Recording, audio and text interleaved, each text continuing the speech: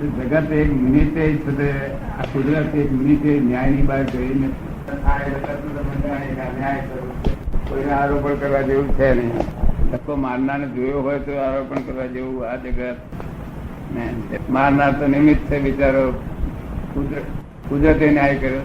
શું કર્યું? મેં કહે છે તમે જોયું ધક્કો માર્યો છે?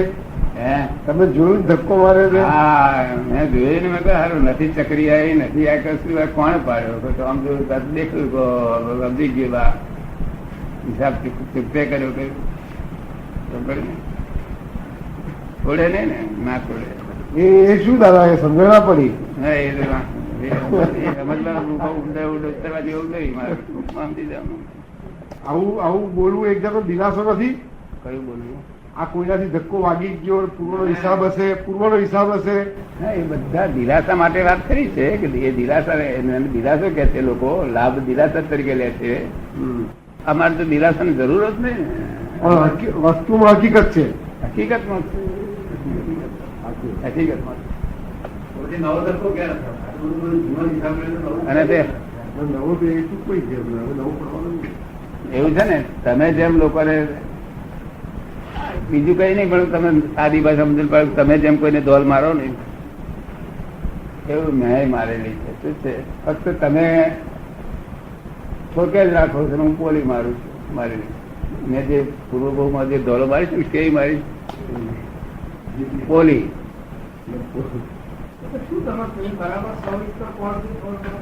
જ્ઞાન અવતાર છે જવાબ ઉપર રકમ ફરી કાઢે એને વાત જ ધર્મયુગ જ્ઞાન અવતાર છે તો પછી ના. પણ અમારી ધોલ પોલી હતી પેલા. શું કહ્યું?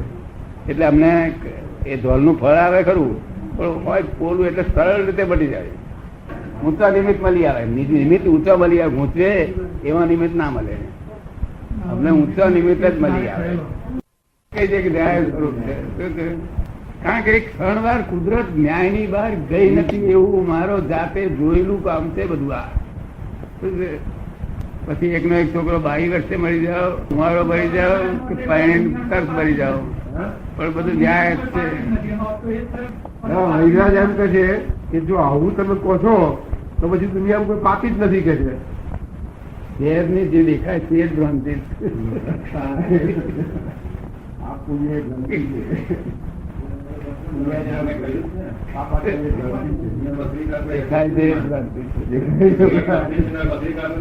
અમને નહીં દેખાતું. અમને દેખાતું નથી.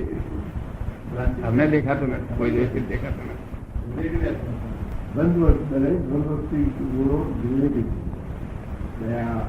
આ ન્યાય સ્વરૂપ છે એ જ ભગવાનની હાજરી છે. શું કહ્યું? સતત ન્યાય સ્વરૂપ છે. માટે જે હકીકત બની ગઈ કરેક્ટ વાંચવાનું આગળ. શું કહ્યું? બનતા પહેલા ને બનતા પહેલા પરિણામ તો નથી. અમને એવું ના બોલે એવિડન્સ ભેગા થઈ ગયા એટલે વાંધો નહીં. કરેક્ટ આપ પણ કરી શકો. આપ પણ જો કોઈ શુદ્ધ ધ્યાનમાં લો ને તો કરી શકે. ભલે ના ભલે સ્વરૂપ ભાન ના હોય તેને કશો સવાલ નથી. અહંકાર શુદ્ધ કરી નાખે ને તો ગમે તેવું શુદ્ધ પરમાણુ થાય. કારણ કે આત્મા છે ને જ્યાં સુધી આત્મા છે ત્યાં સુધી હરેક કાર્ય ભ્રત ભ્રાંતિ છે. પણ એ છે તે પ્રાકૃતિક રચના છે. કેવી છે? એ પુરુષાર્થ નથી. એ પુરુષાર્થ આપણો પ્રાકૃતિક પુરુષાર્થ છે. કેવો છે? પ્રકૃતિ રચના રચેલો. પણ તે એ સંત પુરુષો હોય જેની એવી સિદ્ધિ હોય કે કોકને એમ કે એમની કૃપાથી સારું કરી આપે આમાંને, તો એ અહંકારે કરીને ના. એ તો એવું છે ને કે હંમેશા સંત પુરુષો એ બધા જે છે એમનામાં યશ રેખા હોય. યશ રેખા તે યશ એટલું મોટો હોય હવરા ગજા પ્રમાણે. આ યશ કામ કર્યા કરે છે. શું કરે છે? યશ કામ કરે. યશ કોઈ નામ અપયશ હોય અને કોઈ નામ યશ હોય તો યશ એટલું બધું કામ કરે છે કે આથડાનું કામ થઈ જાય પેલાનું. શું એને યશ નામ કર્મ કે છે? શું કે છે? યશ નામ કર્મ. બીજું કશું તો માણસ કશું કરી શકે એવું તો કશું આ જ્ઞાનીઓથી કશું થતું કશું પણ ઘણા અંતે એવા હોય છે સંતપુરુષો બીજાનો રોગ હોય તે પોતાની કૃપાથી મટાડી દે છે. એ જ કૃપા, એ જ યશ નામ કર્મ. એ જ છે. એ જેને છે ને તેને છે, બીજા ના ના હોય. હોય. બરાબર ને? જેને ઉપલબ્ધ થયું હોય ને. હા, અમને એવું તેવું કશું ના હોય. અમને તો ફક્ત એટલું જ કે ભાઈ બધી પ્રકારો યશ છે માટે તું તારી મેં બોલ્યા કરજે, નામ ચાલ તારું થઈ જશે કામ. શું કહ્યું? એવું થઈ જાય કામ. બરાબર. અમારે એમાં લેવા દેવા નથી. યશ નામ કર્મ પૂરેપૂરું છે. મારે કશું ના કર્યું હોય તો યશ અહીં જાય, અહીં ઉભા રહે. શું? મારે જોઈતો ના હોય યશ તો પણ યશ તો જાય. કારણ કે નામ કર્મ બહુ ઊંચું લાયેલો છે. આ બે નામ કર્મ, યશ નામ કર્મ, બધી જાતના 47 પ્રકારનો નામ કર્મ ઊંચા લઈને આવ્યો અને લોક પૂજ્ય પણ લઈને આવેલું. કે અજાણ્યા માણસો ગાડીમાં જો 4 કલાક પ્રસંગ થઈ ગયો, પૂજ્યતા ઉત્પન્ન થઈ જાય. એ લોક પૂજ્ય પણ કહેવાય અને એક આ ઊંચું નામ કર્મ કહેવાય. આ વેદનીય કર્મ અમારે હોતું નથી, પણ આવું કોઈ વખત બની જાય. પછી વેદની અમને અસાતા વેદની ના હોય. સાતા વેદની અમને જરૂર નહીં બહુ. તો અસાતા વેદની હોય નહીં, તે કોક ફેરો આવું ઉત્પન્ન થઈ જાય.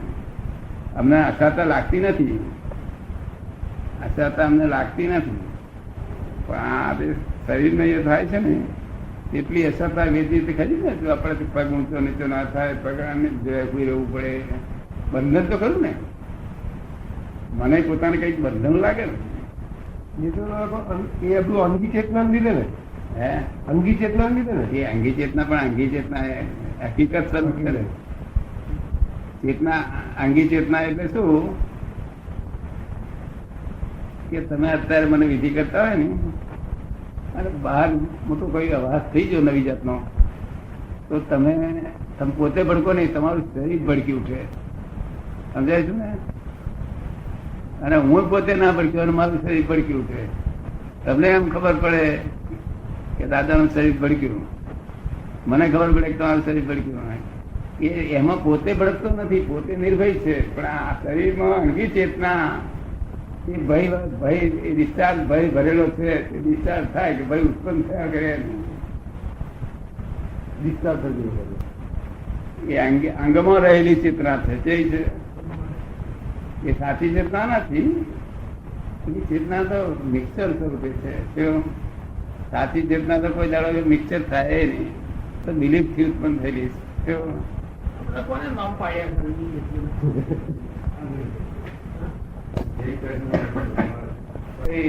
જગતમાં કોઈ પણ દોષિત ના દેખાય, એ છેલ્લામાં છેલ્લી દ્રષ્ટિ. દાદા તો વૈદ્યરાજ કે છે, વૈદ્યરાજ કે છે કે જગત ચાલે જ નહીં પછી. ના, જગત ના નહીં, જગત તો દરમિયાન ચાલ્યા જ કરવાનું છે. પણ આવી કોકને દ્રષ્ટિ ઉત્પન્ન થાય તો જાણવું કે છેલ્લી દ્રષ્ટિ ઉત્પન્ન થઈ. એને જગત તો આવું દ્રષ્ટિ એને એ તો એને ઉત્પન્ન થાય ને આવી. એમ તો દોષ દેખાયા જ કરે બધા. પોતાનો જ ના દેખાય. કયો ના દેખાય? પોતાનો ના દેખાય. પોતાનો દોષ ના દેખાય, બીજા બધાના દોષ દેખાય. એટલે એનું તો જગત ચાલ્યા જ કરવાનું છે. પણ કોક જ જીવ એવો હોય કે જેને જગત નિર્દોષ દેખાય, એ છેલ્લી દ્રષ્ટિ છે બધા જીવને. તો પછી જગત ચાલે જ નહીં કે છે. બને નહીં ને, એ પોસિબલ જ નથી. પોસિબલ આખું જગત દ્રષ્ટિ દોષ પર પડેલી છે. જ્યાં સુધી અહંકાર છે ને ત્યાં સુધી દ્રષ્ટિ દોષ જાય નહીં અને ખરી દ્રષ્ટિ ઉત્પન્ન થાય નહીં. માણસ ત્યાં તો હંમેશા પોતાના ગમે એ સમ્યક દ્રષ્ટિમાં આવો. સંસાર છે કે છે મિથ્યા દ્રષ્ટિમાં રહો. વિનાશીમાં સુખો એ સંસાર દ્રષ્ટિ છે, અવિનાશીમાં સુખો એ સાચી દ્રષ્ટિ છે. સમ્યક દ્રષ્ટિ. એટલે આ દ્રષ્ટિ ભેદ છે જગત. આખું જે દ્રષ્ટિ અમે ફેરવ્યા છીએ એટલે આ બાજુ દેખાય, પછી બાજુ આમ ઊંધું દેખતો હતો એટલે બધા આમ દેખતો થયો. આટલું જ, બીજું કશું છે નહીં. જય સચ્ચિદાનંદ.